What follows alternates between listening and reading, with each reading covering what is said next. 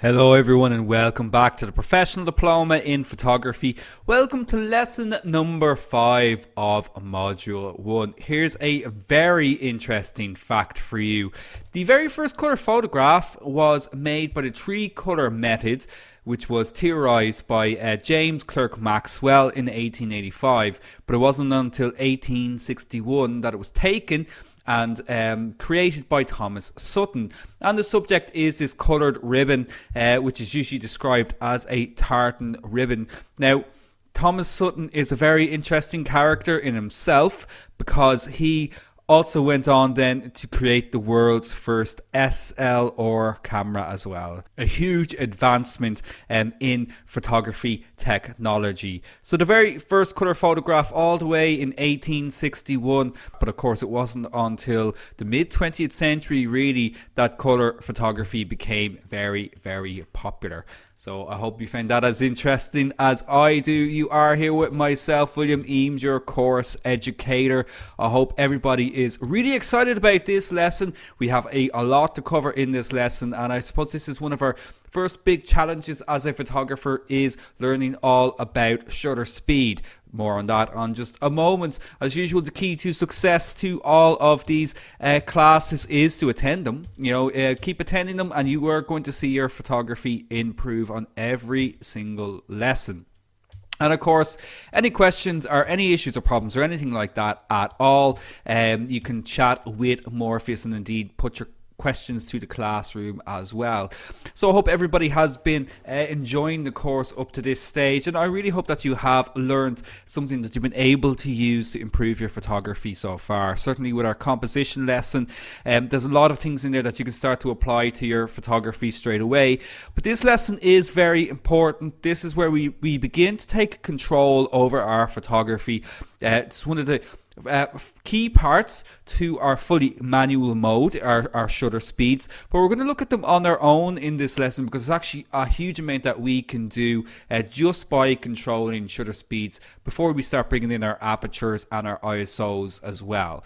So remember, going back to our very first lesson, we introduced the exposure triangle, and I have a very simplified version of this exposure triangle, which is just our light, our time, and our sensitivity, or our ISO.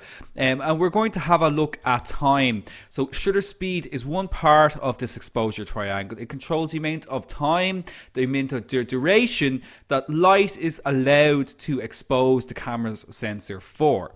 So we're all about time in this lesson, and indeed, of course, we'll be having a look at light, which is our apertures, in the next lesson, and then in the final lesson we'll be talking all about sensitivity and ISO. But focusing on shutter speed. So if you have an old SLR camera from the 70s or the 80s, you may be familiar with this. This is our shutter speed dial. So shutter speeds, basically they will allow us to set the amount of time that the shutter opens and closes for. So the shutter is like a little curtain that sits just in front of our film or our camera's image sensor that moves out of the way to allow light to pass through it to expose a scene. But we can choose for how long that remains open. We can set a fast shutter speed or a slow shutter speed. If we need more light, we tend to set a slower shutter speed to allow more light, a longer period of time to allow more light to reach the camera's imaging sensor. If we need less light, we set a faster shutter speed so that less light, the light has less time to reach the camera's imaging sensor. Now, we typically deal with fractions of a second when we're talking about shutter speeds. So the key thing to understand here is that the bigger the number, that doesn't mean the slower the shutter speed. So here we've got 1,000th of a second, okay, a 500th of a second, 250th of a second. This is in red, 125th of a second, because this is the camera's flash sync speed. This is something much more advanced we'll talk about at a much later stage, and so on. These ones here in orange, we're then dealing with actual seconds. So we've got 1 second, 2 seconds, 4 seconds, etc.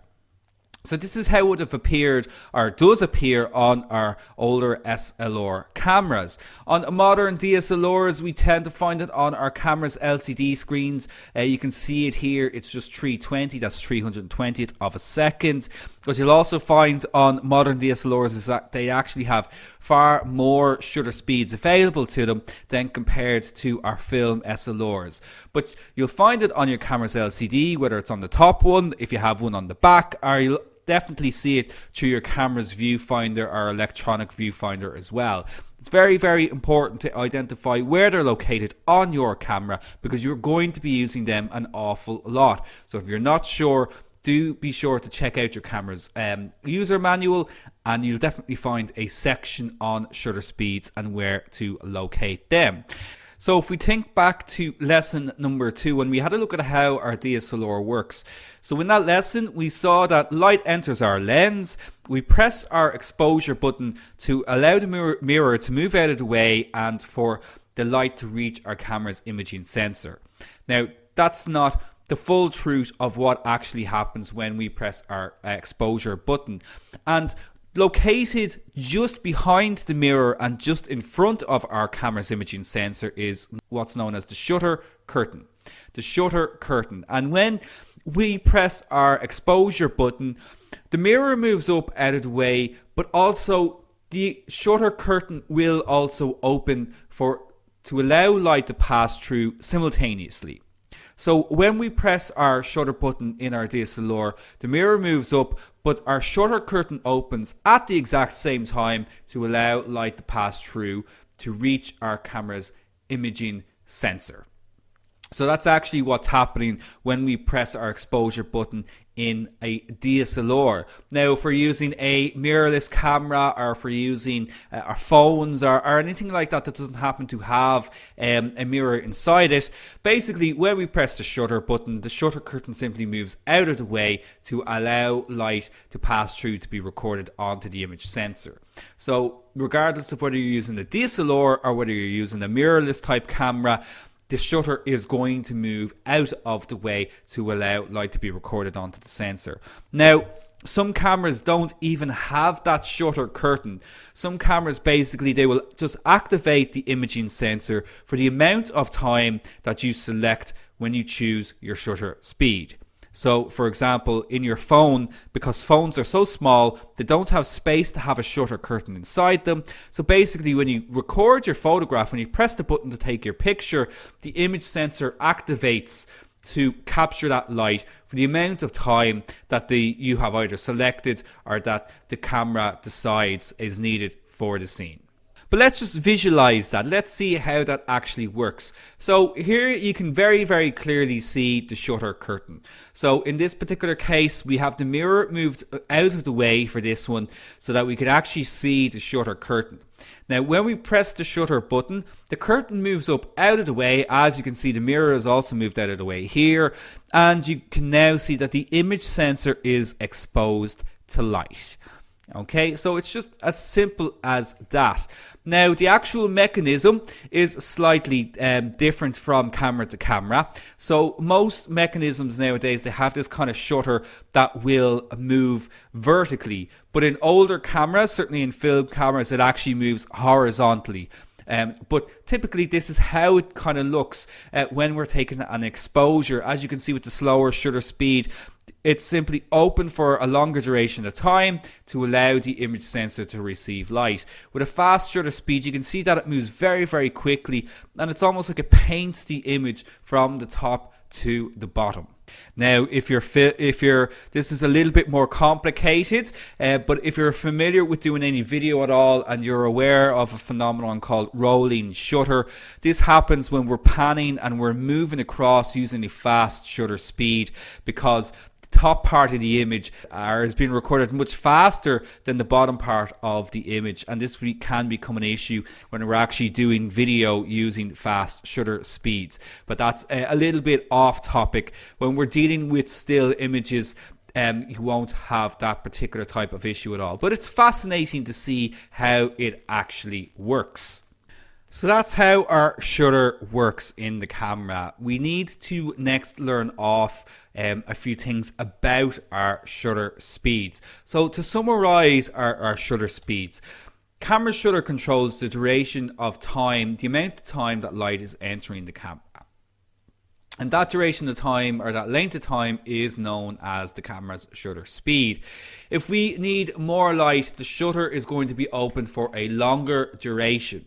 So if I take a photograph and I find it's a little bit dark, I can add more light by opening the shutter for a longer duration of time. And then opposite then, if I need less light, the shutter will be open for a shorter duration of time. And shutter speeds are measured in seconds and fractions of a second.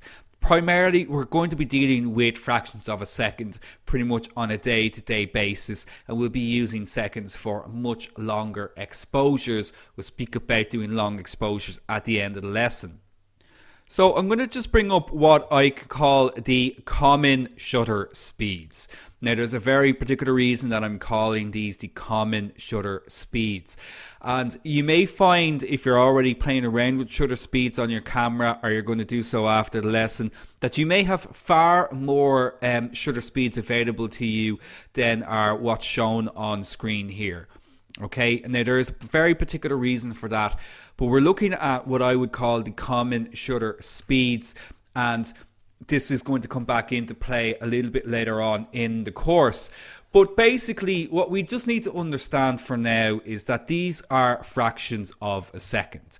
Okay, so we have a quarter of a second all the way down this end, and we have 1/8,000th of a second. And even though the 8,000 is a larger number, as we know it traditionally, it's a fraction of a second compared to a quarter of a second. It's extremely fast, a very, very short amount of time, far faster than we can even blink. Now, as I mentioned, these are our slower speeds. So when we're choosing slower shutter speeds, this means more light, but it also has a secondary effect. So as well as adding more light, it actually causes more blur or more motion. So if we're photographing using a slower shutter speed, what's going to happen is if there's any movement in the scene, it is going to be blurred. We're going to end up with a scene where, say, like this, we have our little running man, that if we're photographing somebody running, they're actually going to be blurred if we're going to use a slower shutter speed. And then the opposite end, we've got our fractions of a second, or really, really fast fractions of a second. These are faster speeds. This means much less light comes into the camera because the shutter is opening up so fast and closing so fast. But this means we get less blur and less motion. So it freezes action. We get a freezing type of effect when we are using faster shutter speeds. So think about this then. So you, as well as being able to kind of add more light or to reduce the amount of light if your camera isn't getting the exposure right, you now also have these two creative decisions that you can make. You can add a little bit of blur to the scene by using a slower shutter speed, or you can freeze that motion a little bit more. If you really want to kind of freeze that action that might be happening, you can use a very, very fast shutter speed. And as I mentioned then, so shutter speeds are going to appear on our camera either as fractions of a second, so like we can see here with our typical fractions 1/2, 1/4, 1/8 and so on, or it might just appear as individual numbers like this. So you might just have it as 2, 4, 8, 15, 30, etc. just without the little one in front of it, but these are the exact same. So get familiar with it on your camera. It might just appear ever so slightly different depending on the brand you're using. Seconds are differentiated from our fractions of a second by two little inverted commas. So you will find these little inverted commas when you move into the seconds. And this is really, really important because you don't want to set your camera to what you think is a 30th of a second when actually it's 30 seconds, because there is a significant difference there. So you need to be very aware of this. So again, get familiar with how they appear on your camera, but seconds pretty much universally are displayed on any camera with that two little inverted commas there beside it to indicate that you're now working in seconds rather than fractions of a second. So you'll find them, as I mentioned, either on the top of your LCD or in the back of your LCD. As you can see here on this Nikon, it is just displayed without the one in front of it. That's just 100 of a second there. But on the Canon then, you can see that it's 1/ in this case 4,000 of a second. So it's going to vary from camera to camera. And this is why it's very, very important to just keep your user manual handy, so that when you learn something new like this, that you know where it is in your own camera straight away. Now, there is a lot of numbers there, so don't worry if you feel like, oh, I'm not going to remember all of those numbers when it comes to using shutter speeds. First of all, it's a case of practice. The more you practice with them, the more you are just going to become naturally familiar with them. But the thing is to remember that, if you're dealing with these very high numbers, that means you're using a very, very fast shutter speed. You're dealing with these lower numbers. This means you're going to get slower shutter speed and you get more blur in the scene.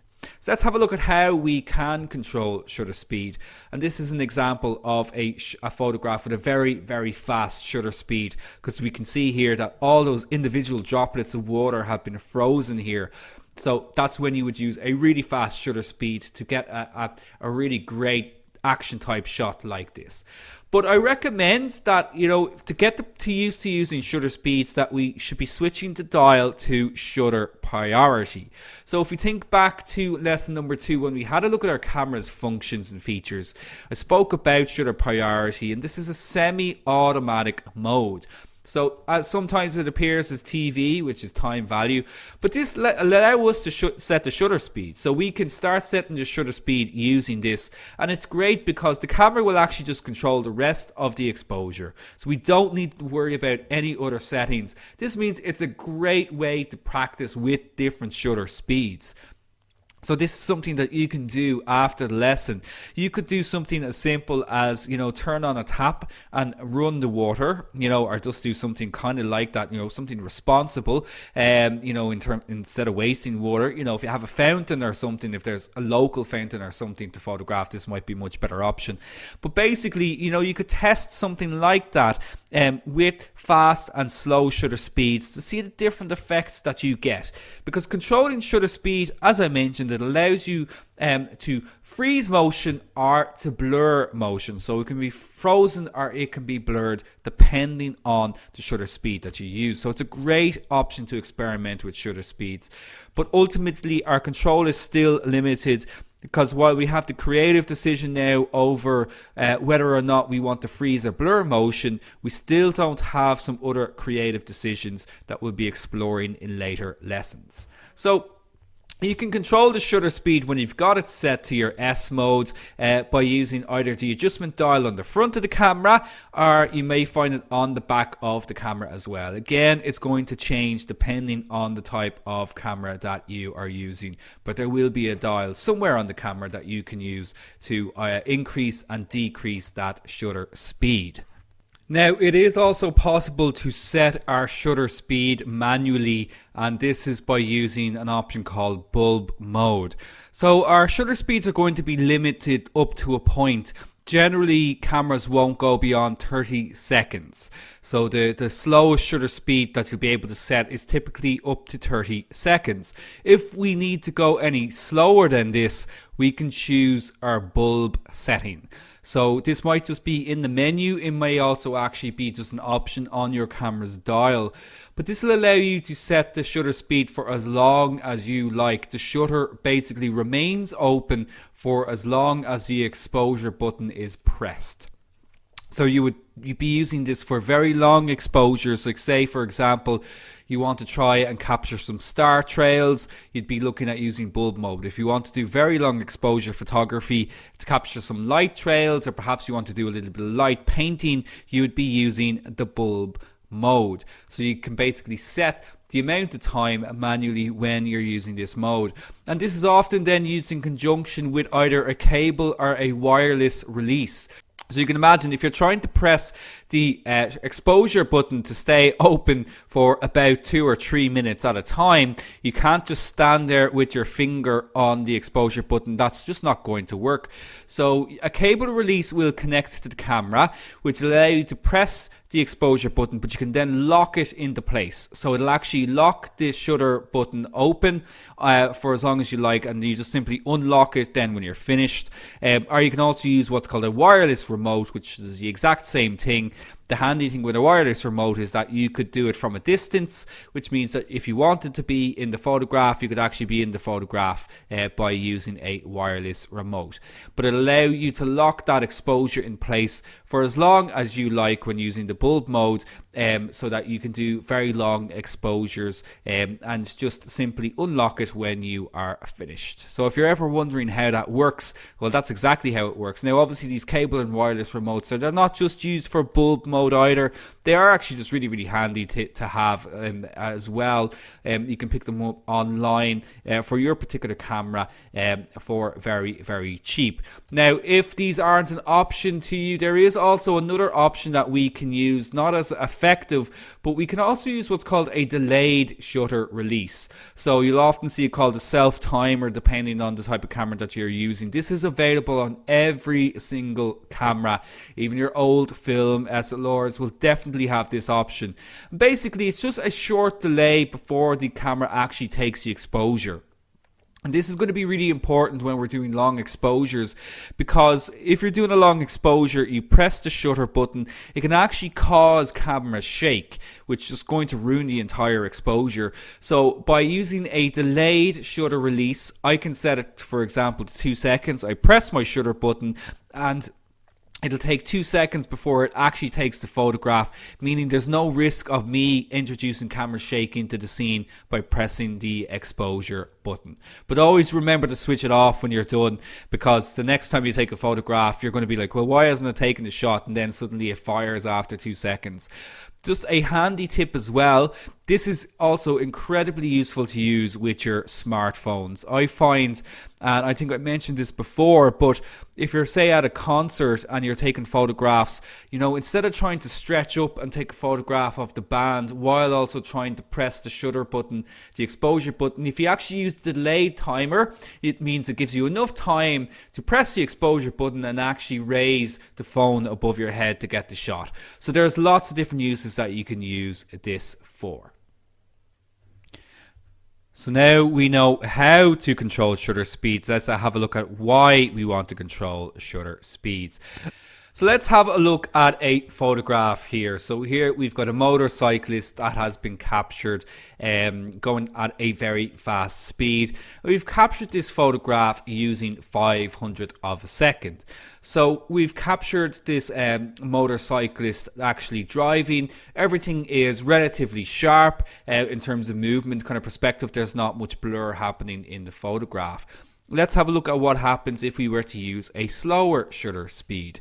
So in this particular scene, we can see straight away that there is a big difference. We have a lot of blur happening in the photograph. So why is this happening? Well, we've selected a 15th of a second here in this particular instance. And what happens then in this shot is that at the start of the exposure, the motorcyclist is here, but during that 15th of a second, which still might seem very, very fast to us, but it is actually a relatively long time in terms of photography, this motorcyclist has moved this amount during that space of time. So by the time the exposure actually finishes, this is where the motorcyclist would have been. So during that 15th of a second, the motorcyclist moved that much to create this type of movement in the shot. Now, obviously, this is not the type of photograph that we want to get, but we can use this principle of capturing motion and movement with longer and shorter shutter speeds creatively. We can make creative decisions when we understand that if I use a longer shutter speed, it's going to allow motion to flow and move through the scene to create this blur effect. Or I can use a really fast shutter speed to freeze the motion and to freeze the action in the scene. Let's have a look at an example of when we might do that. So here's a very, very popular way to use fast and slow shutter speeds, and that's to capture water, moving water. So we've got two different photographs here of a waterfall. As you can see here, we've got one that everything looks nice and silky and smooth, and that's because we have used a slower shutter speed, in this case a quarter of a second, which again might still seem very, very fast to you, but is plenty of time to allow the water to move through the scene so that we get this lovely kind of silky, misty type of effect on the water, compared to this other shot here where we have taken it at a 2,000th of a second, very, very fast shutter speed, and we can almost see all the individual droplets here in the scene. So neither one of these photographs is better than the other. You may have a preference as to which one you like, but it's just two different approaches now that we can take when we're making decisions about how we want to capture a scene. Do we want to blur the scene? Do we want to blur that movement by using a slower shutter speed? Or do I want to freeze it and capture all those tiny little individual details by using a very fast shutter speed? So think about this. So how might you use your fast speeds? Well, you might use them for action in sports. This is a great place, probably the first place that comes to mind really when we talk about fast shutter speeds, is to achieve photographs like this. Very intense action. Lots going on. Again, you can see all the individual droplets here of water have been captured, so a very, very fast shutter speed would have been used in this particular case. Now, just be aware as well, if you're a little bit more advanced, you can set the ISO yourself, but it is recommended that you set your ISO to auto for now. The reason for that is that ISO is going to be important when using very, very fast shutter speeds, but if we set it to auto and we're using fast shutter speeds, the camera is going to take care of that for us. If you're already a little bit more advanced, just remember to use a higher ISO in this case to ensure that you can keep your shutter speeds nice and fast. So action is definitely one place to explore using fast shutter speeds, but you can also use it in say studio-like environments, or just think about how you might use it for your everyday photography, because shutter speeds will allow you to see things faster than we normally can see them. So even something like this where it's just a hand clapping some flour, we get this nice kind of artistic creative effect with it by using a fast shutter speed. So simple things can become extraordinary when this movement is captured using very, very fast shutter speeds. And of course then, a terrific area to use fast shutter speeds is nature. So for capturing nature, for example, this terrific photograph of a kingfisher, and if any of you have ever tried to capture a kingfisher, you'll know how difficult it is to capture these guys. I mean, even just trying to locate where they are. I live close to a very nice river here in Dublin, and I've seen kingfishers there, and it's just so hard to get them. It's just so hard to capture them.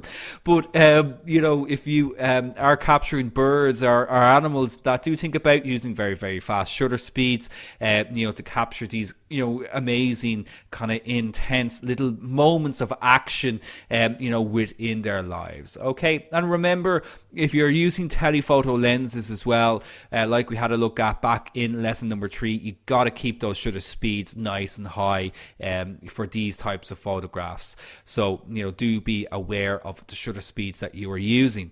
Now, looking at using slow shutter speeds, we can absolutely use them creatively as well. So something like this, a pretty mundane scene, if you think about a scene like this, to our eyes typically is going to be fairly boring, everyday average type of scene, but we can introduce new energy to it. We can make it much more visually interesting by using a slower shutter speed. So think about this. It conveys this kind of sense of busyness, this kind of fast-paced lifestyle that we kind of live. So if you think about going to your own local high street area, where all the shoppers are, you might take a photograph there using slower shutter speeds to get this kind of fast-paced action, of our kind of busy lives where everybody's kind of just moving around each other. So slow shutter speeds are great for making something that might look a little bit boring and a little bit mundane, and just making it look much more visually interesting. And of course, slow shutter speeds can also be used with sports as well. So, we don't always have to use very, very high shutter speeds when photographing sports. Like, this is a great example of it here. We get this real tremendous sense of movement here in the shot. You get this real sense of this horse absolutely whizzing through this scene at a very, very high speed. And that's because of this blur here that we have in the background. So this is achieved by panning. We'll speak about how to do panning at the end of the lesson. But even using a shutter speed of a 30th of a second would be enough to create this type of photograph. So we don't have to go super slow with this. It doesn't have to be a slow speed of a second or 2 seconds or anything like that. But even just going to about a 30th of a second can just be slow enough to capture this type of blurred type of movement. And a very, very popular area to use slower shutter speeds is with landscape photography when photographing water. So slow shutter speeds are great to get the silky type of effect when photographing landscapes and photographing along a shore and so on. Now for this you'll definitely need a tripod to get these slower types of shutter speeds, to get this nice silky effect. Doing this during the day is also going to be very difficult, so you want to try and do it either very early in the morning or later in the evening. You may also need what's called a neutral density filter. This is something we speak about extensively in module number 2. We have an entire lesson dedicated to landscape photography, but these will help to darken an exposure as well. But you can absolutely do this without neutral density filters. You can do this either very early in the morning when the light is still kind of low, or later in the evening when the light is going down as well. So just a few ideas there of how you can use fast and slow shutter speeds and the new kind of creative possibilities that become available to you when you understand how to use shutter speeds. Now, obviously as well, you're probably saying at this stage, well, what about the issues and the problems when using slower shutter speeds? And indeed, there are things that we need to be aware of when we are using our longer shutter speeds in particular. And one that is absolutely my pet peeve is camera shake. Now, camera shake is something that when you're beginning with photography, you're taking loads of photographs and then you're looking back at them and you're wondering, why are they not sharp? And you might start thinking, is it to do with my focusing? Am I not focusing correctly? And most likely, like nearly 99% of the time, it's actually not because of that, it's because of camera shake. So when we're photographing in the majority of situations we'd find ourselves in, say indoors, or perhaps you might be in a park, in a kind of a shady area, and that we can very, very quickly get camera shake without realizing it. That's because simply, to our eyes, it often looks like there's enough light in the scene, but to our cameras, it does not. So you really, really need to pay attention to your camera's shutter speeds. Now, camera shake can be used kind of creatively. Like you can see here, we've kind of got this impressionist type of effect here. Kind of a nice shot here with these flowers and giving this painterly type of effect by using camera shake. But in general, we don't want camera shake in our photographs because it makes everything look unsharp. So even if your focus is correct, having camera shake will make the image look wrong. So even the smallest amount of camera shake will make an image appear blurry and out of focus. So you need to always be aware of what shutter speed you are using. As a rule of thumb, as I mentioned before, you should be trying to match your shutter speed at least with the focal length that you're using. So, for example, if you're using a 50mm lens, the slowest shutter speed that you could possibly use with that is probably a 60th of a second. Anything slower than that, and you're likely to get camera shake. So you just need to be aware of this. Now, it's going to vary depending on simply on yourself, how still you can be, but also on your things like your image stabilizer or your camera's inbuilt body stabilizer as well. So just always be aware of this, that you're looking back at your photographs and you think they're looking a little bit unsharp. It may not be anything to do with your focus. It could be to do with your shutter speed. So be sure to check that, before anything else, is just to check your shutter speed. And I might be sounding a little bit overly dramatic about this, but I cannot tell you how many times I've seen people come to me saying, I can't focus, nothing's working for me, I just can't seem to get the focus right at all, and it's nothing to do with their focusing, it's all to do with their shutter speeds. So always check that first. Now, just on that as well, I will be speaking extensively about focusing in the next lesson. So if you are actually struggling with how to focus an image, don't worry, we will be speaking about that in the next lesson. But to finish off this lesson, just two very fun things that you can do with shutter speeds.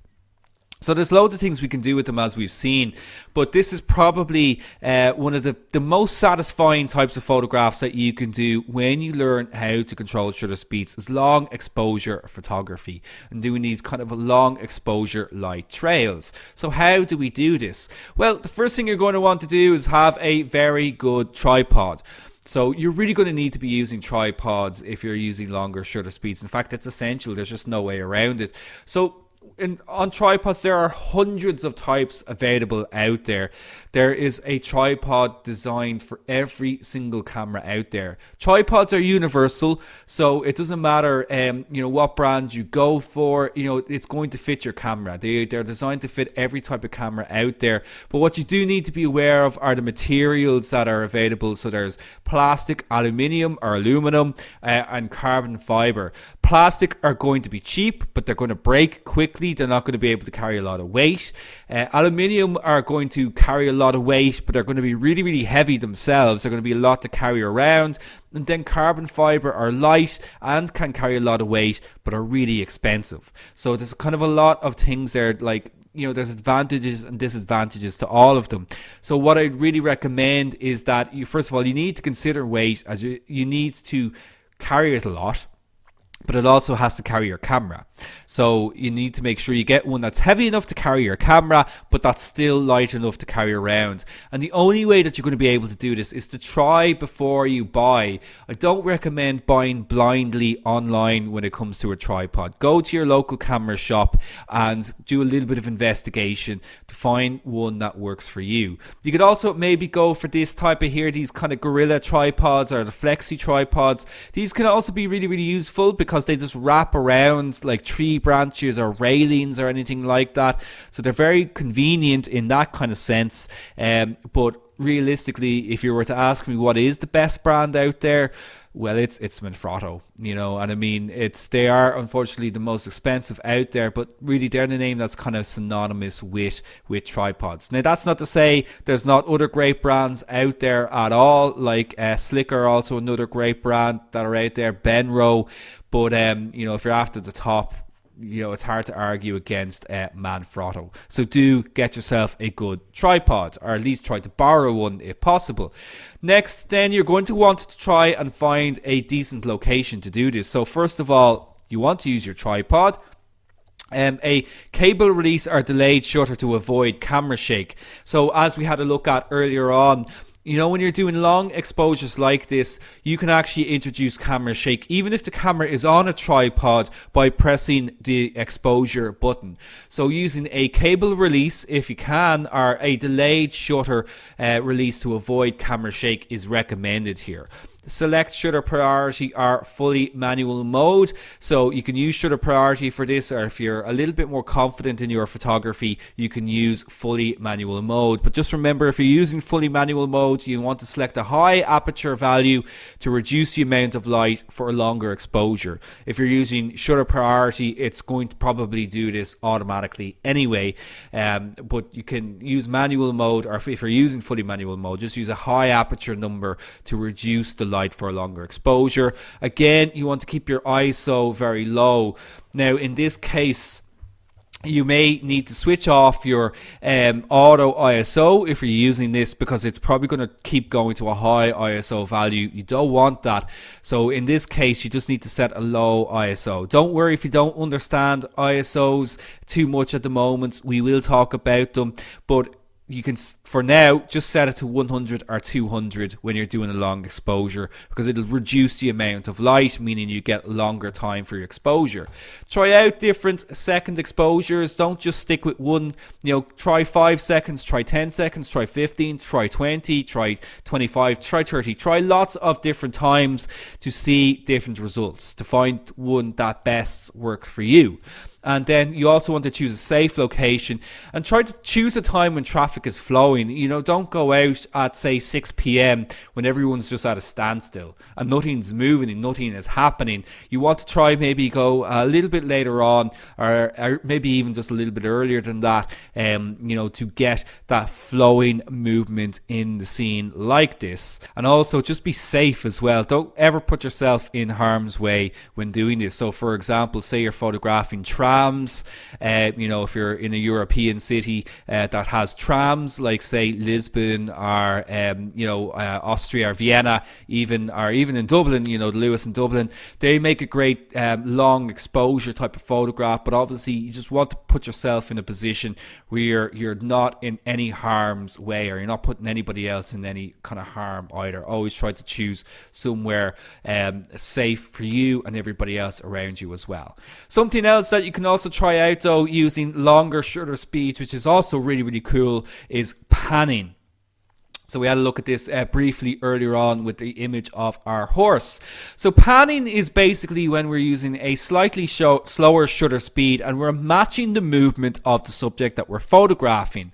So, for example, here we've got a photograph of a runner. So what's happening here is that the photographer is moving the camera, is moving the lens along at the same speed roughly as your moving subject. So you're following your subject along. But if we're using a slower shutter speed, so around a 60th of a second or a 30th of a second, these should be enough. We'll get this blurred background. Now, it also helps to use a tripod or a monopod to keep the shot steady while you're panning, while you're moving along with the subject, okay? But also sitting and crouching also helps to steady the shot at these shutter speeds. So if you haven't got a tripod available to you, you can still try this out by simply sitting or crouching just to steady your body even more. And try to choose an interesting background so you can actually see the movement. Don't just have a grey brick wall or something like that, but try to choose something nice and interesting here to really get this kind of sense of movement in the scene. And shutter priority is a very good option for this as well. So simply select shutter priority. Don't need to worry too much about your other settings in this case. It's more just making sure that you're kind of moving along roughly at the same speed that whatever subject it is that you're photographing, that you're panning along with them. So there's just a few other things that you can do with your shutter speeds. Lots and lots for you to try out now after this lesson. So I expect to see some really good photographs on the Facebook page.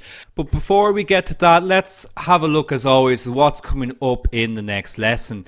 So we're going to be talking all about our cameras, or I should say our lenses apertures, in the next lesson.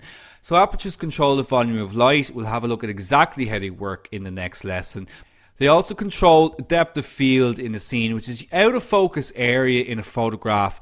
And this is something that we use very, very frequently, particularly when we're photographing, say, macro or portraits. We'll learn how we can control that depth of field. And finally then, as I mentioned, we'll also have a look at how to focus. And focusing can be tricky, but I'll have a look at some simple techniques that you can use that will make sure that, you'll get it right every single time. Now, before we wrap up this lesson, I want to talk to you about the bigger picture and the places that photography and education have taken me, and with the right help can take you.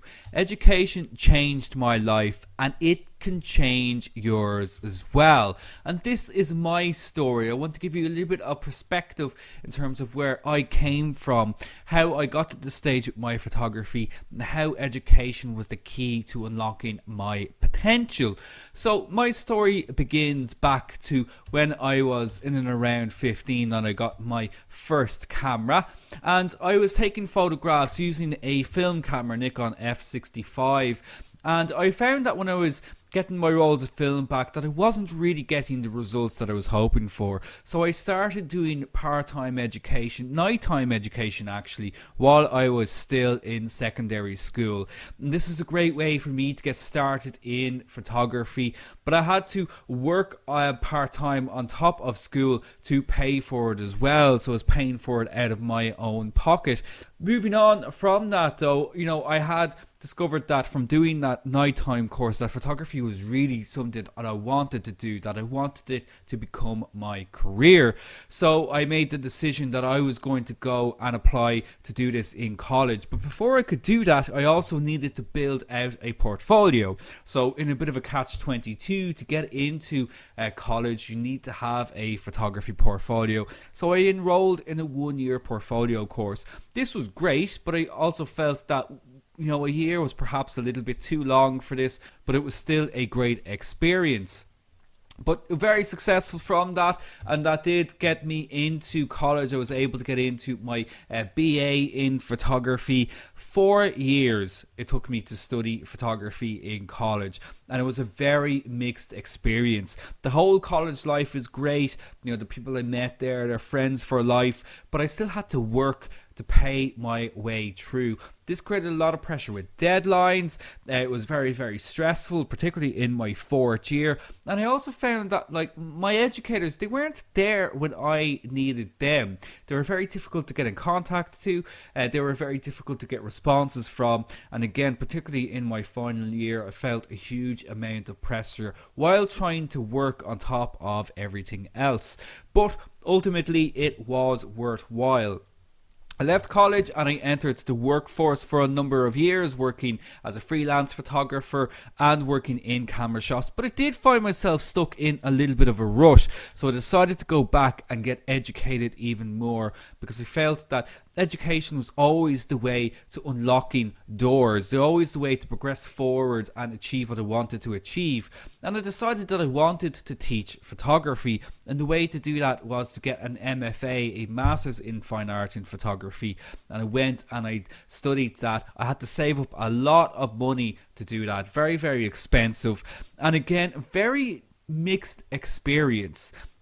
During that MFA, a lot of pressure, but also very, very much you were out on your own doing all of this work and had occasional contact with your educators. So it was a lot of money for what I felt was a minimal amount of engagement from my educators, and that was a bit of a frustrating experience. But in the end, I got my MFA, I was qualified to teach, and now I am here teaching you. I joined Shaw Academy. So education unlocked my potential, it opened up doors for me. However, there is a caveat to all of this. As great as education is, it is flawed. And let's be real, education is, first of all, very expensive. I had to save a lot to complete my studies, and many times I did feel like it was not worth it. And unfortunately for many people all over the world, they either simply cannot afford it or they go into crazy debt just to get themselves educated. These kind of stories we're all familiar with people paying off student loans for the majority of their lives. And even when you can afford it, as I mentioned, it is a flawed experience. Lectures don't happen at your convenience. Quite the opposite. In fact, it can be very, very difficult to work around lectures if you are also working, if you're also employed as well. And it's also very, very difficult to get in contact with your educators. It's also a deeply time-consuming experience. Like during my masters, I had to travel to Belfast from Dublin, so that was 2 hours to and from college for only 1 day a week. And to me, that was the craziest part about it. I mean, even if there had been 2 days a week of studying, I could have done that master's in half the amount of time. So having been through the university experience, like many of you, while ultimately worthwhile, it is a deeply flawed and frustrating experience. And something now that at my age, if I decided to do it again, I don't think I would. It was just too expensive and too time consuming. But it doesn't have to be like this. Education doesn't have to be expensive and inflexible. And when I was studying, I really wish something like Shaw Academy had been around. Our mission here in Shaw Academy is to provide to you convenient, flexible, affordable, interactive and internationally recognized education. We are offering you higher education at a lower cost in a way that allows you to learn in your own time, in your own way, without getting in the way of your lives. And again, let's be real here. Let's not sugarcoat this.